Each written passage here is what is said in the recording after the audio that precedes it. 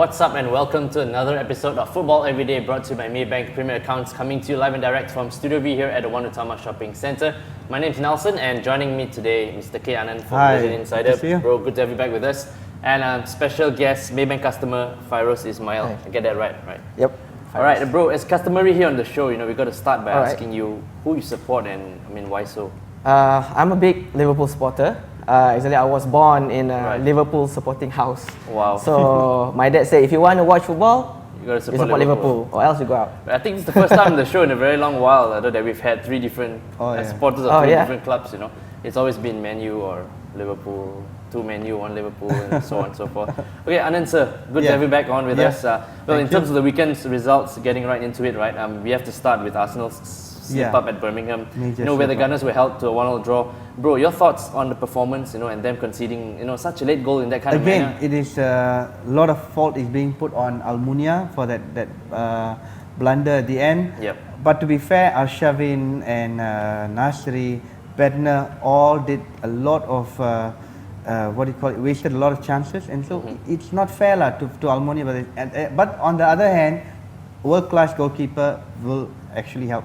He's not a world-class goalkeeper. Right. And what of their title hopes now? In the bigger picture, in your opinion? Look, they now trail United by 4 points. True. You think they're still in it with a chance? Man United and Chelsea have to play each other, and Man United has a tough run into the end of the season. So there is still some hope, and I think if Arsenal can focus their energies and again really get the defense going properly, I think.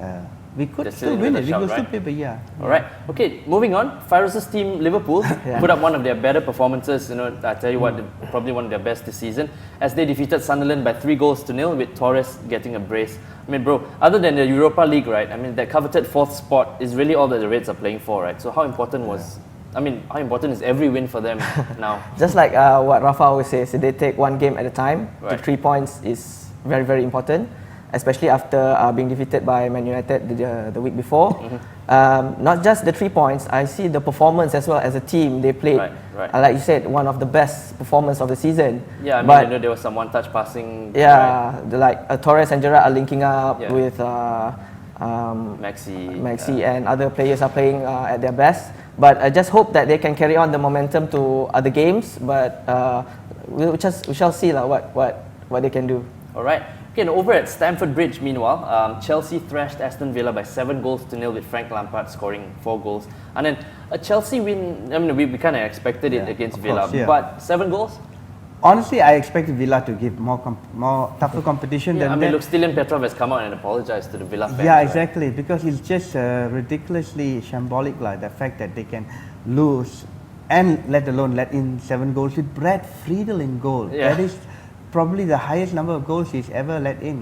I think unless maybe Blackburn, he let in 6 goals to Arsenal once, but 7 goals is just a shit. And look, they actually went behind and equalized and made it 1-1, but after that they just capitulated, right? Very pathetic. Alright, very quickly, and in terms of the title race, Man United responded to Chelsea's performance by coming away from the Reebok with a 4-0 win over Bolton. And then even without Rooney in that one, could you see anything other than a United win, honestly, especially after the first goal went in? Then that's the point. The first goal was not a United goal. It was an own goal, which was so blatantly given away. I can't believe a defender of that nature is playing in the Premier League. So it was once a gift like that, they're always catching up because they don't want to have to go forward. They can't pull back the defense. So it was definitely a giveaway victory for Man United from Bolton. Quickly, Fairul, Liverpool you might be, but what did you think of United's performance? Performances of late and that performance at 4-0 as well, United in general. Yeah, even though I'm a Liverpool fan, I always respect how Man United play as a team. No matter who they put on the field, they're going to play as a team and they're going to win as a team. That's what I respect about Man United. Right, so... But Berbatov's goals were good. His goals were good though. Berbatov's goals were quite good. I have to good assist by Nani? Nani? Maybe. Okay guys, great stuff. But it is time for our first break here on Football Everyday brought to you by Maybank Premier Accounts. But we'll be right back with more football chat and banter in the second segment of the show. So stay tuned and we'll see you soon.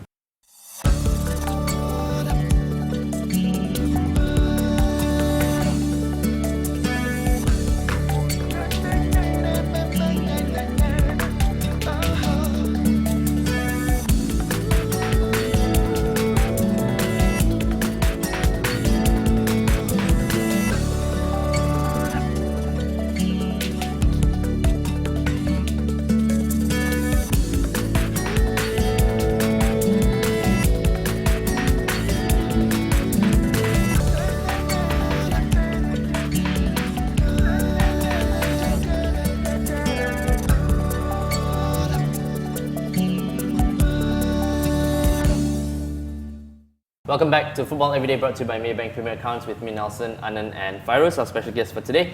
But guys, moving on very quickly with the weekend's results, at the bottom end of the table, right? Hull City gave Ian Dowie his first win since taking over with a 2-0 win over Fulham. And then that win has put Hull level on points with a disappointing West Ham, with a game in hand. So do you think it's going to be Hull or West Ham? I told you 4 months ago, I think West Ham will go down, and I still think West Ham will go down. Yeah. So you're backing Hull to do a miracle again, just like now that Hull doesn't have Phil Brown, I don't mind them staying up. But honestly, West Ham is just pathetic. They're losing at home in such a very disappointing fashion, and so it'll be Portsmouth, Burnley, and West Ham. Right. Speaking of Burnley, I was just going to say that they look dead and buried, right? As they went down by 1-0 against Blackburn at home, and then it certainly didn't look like a penalty to me. I think it was a blatant dive. He went down before there was contact and stuff. Okay. But would you say that's it for Burnley? That was it for Burnley the moment Owen Coyle left. That, in my opinion, he was the guy who sort of gelled it together. The new guy will need many more months, a year if at all. So they were dead and buried the moment he left them. Right, but what do you think of Blackburn? Sam Allardyce and his Blackburn. You know what Sam Allardyce brings to teams. We all know what Sam Allardyce and Mark Hughes brings to the teams. They just want to rough people up, and they have no real tactics. And they're taking old guys because they, and guys with experience to know how to run the other team ragged. That's about it. So no tactics. David Dunn for England? I don't think so. Definitely not. All right. Meanwhile, Spurs quite easily defeated bottom club Portsmouth by 2-0. So Fairuz, got to ask you, if you rate Spurs, you think they can finish 4th ahead of your beloved Liverpool and possibly Man City, Aston Villa, it's a bit tricky. It always depends on the next fixtures for Spurs. They have to meet Chelsea, Arsenal, and also Man United. So it depends how the games went. So I think between Spurs and Liverpool, the Spurs have a better chance to finish 4th, but I'm just crossing my fingers for Liverpool. Right. Okay, speaking of Man City, our email of the week comes from Julian Edwin, who's a City fan, and Julian believes that Carlos Tevez has definitely been City's buy of the season, and if he keeps up the form he's in, then City could pip Spurs and Liverpool to 4th. Do you agree with Julian? And who would your personal pick for 4th be? My personal pick would be Man City. At the stage of the season. Man City. Why so? Why? Because they've got all that talent, and they've got a manager that can probably keep that momentum going compared with Harry Redknapp for Tottenham. In my opinion, Liverpool are out of the picture already. They're just too far behind, and Aston Villa is also now so haven't done themselves any favors, right? Definitely, they've just in terms of hurting their chances, losing 7-1 goal difference, as well as just demoralizing the team. Yeah, so but Man what City. Of Carlos Tevez? Okay, anyone can question the fact that there's no question. Carlos Tevez is the buy of the season for Man City. There's no doubt about it. He was meant to come in and score goals. He was doing the same thing in Man United with less chances of appearance. So why not? Clearly, he's the kind of striker who needs to play, right? Exactly. Do you rate Tevez? Look, United didn't think he was worth £25 million, but City did, and look what he's doing for them now. He's been sensational for City this season. I think just like Anand, I agree that he's the buy of the season. And Liverpool were in for Tevez as well. Yeah, I know.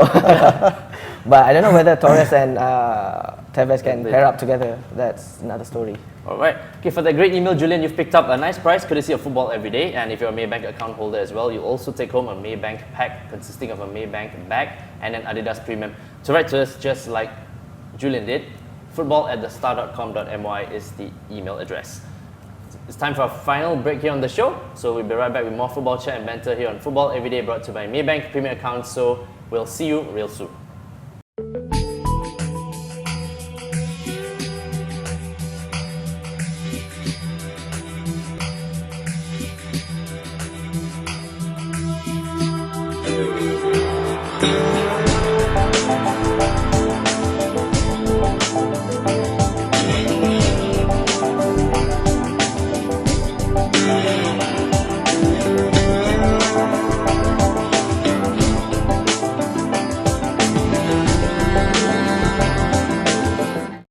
Back with us on Football Everyday, brought to you by Maybank Premier Accounts, here on the final segment of the show. And this is, of course, where we preview the weekend's upcoming tasty fixtures. And nothing gets tastier than the big early kickoff at Old Trafford, where Man United welcomes second place Chelsea. Anand, man, I'll start with you. Right. Revenge, for the 2-0 defeat early on in the season to Chelsea, I'm Right. sure will be on United's minds, right?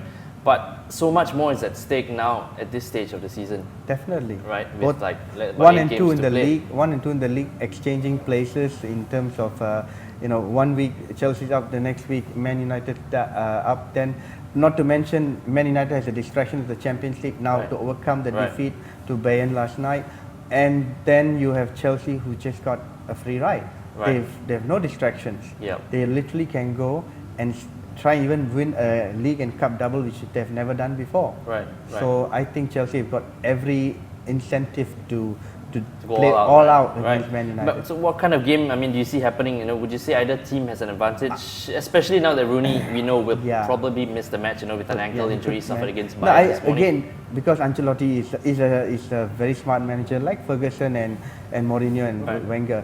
The fact is, I think he will play a safe game. He doesn't have to push forward. He could even lay back and then take the attack. He's got good strength players and tall players that he can lob the ball to. He can even play a mix of that long ball as well as creative play.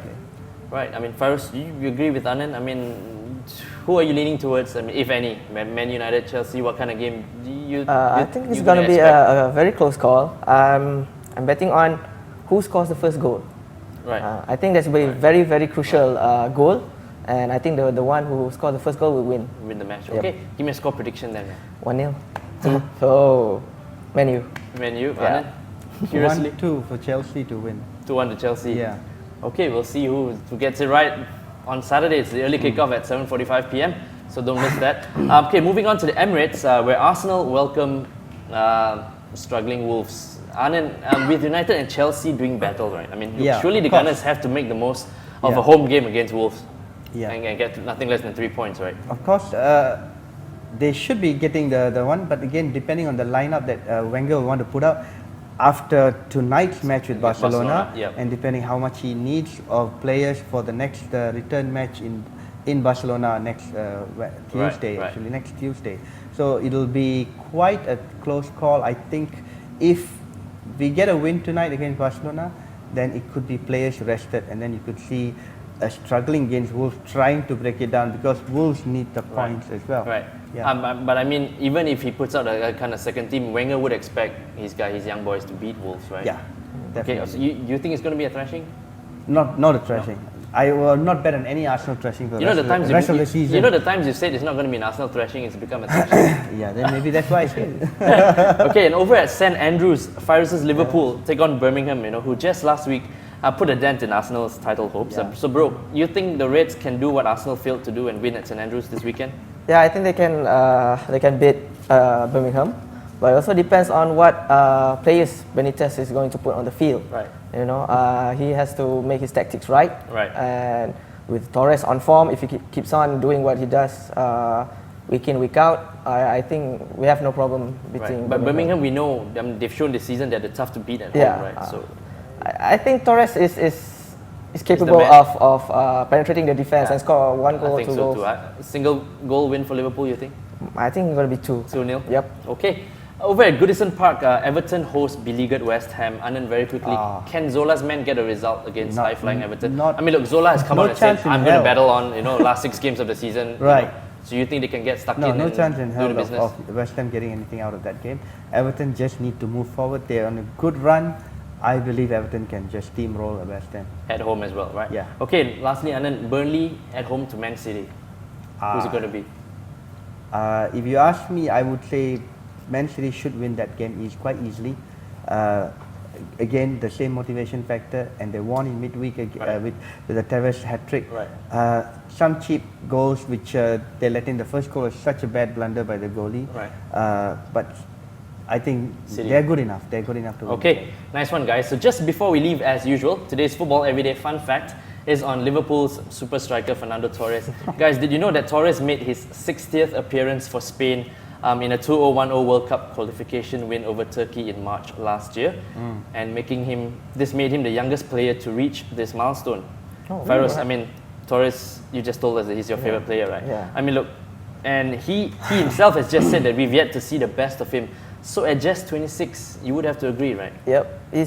He's very young, and he's playing the best game of his life right now. Right. But I think he can keep on improving and game in, game out. You know, I think he will become a legend one day. I think. He needs to stay injury free for me, right? Yeah. So far he's very prone a bit to injury, but I think in the future he's gonna be somebody. Okay, great stuff, guys. And I think Fabregas may beat that record. Yep. Bro, Fairul, thanks a lot for taking the time to be here. Okay. Pleasure having both of you. Yep. Till we see all the best. you next week, do enjoy your football. And it's ciao from us here on Football Everyday, brought to you by Maybank Premier Accounts. So we'll see you soon.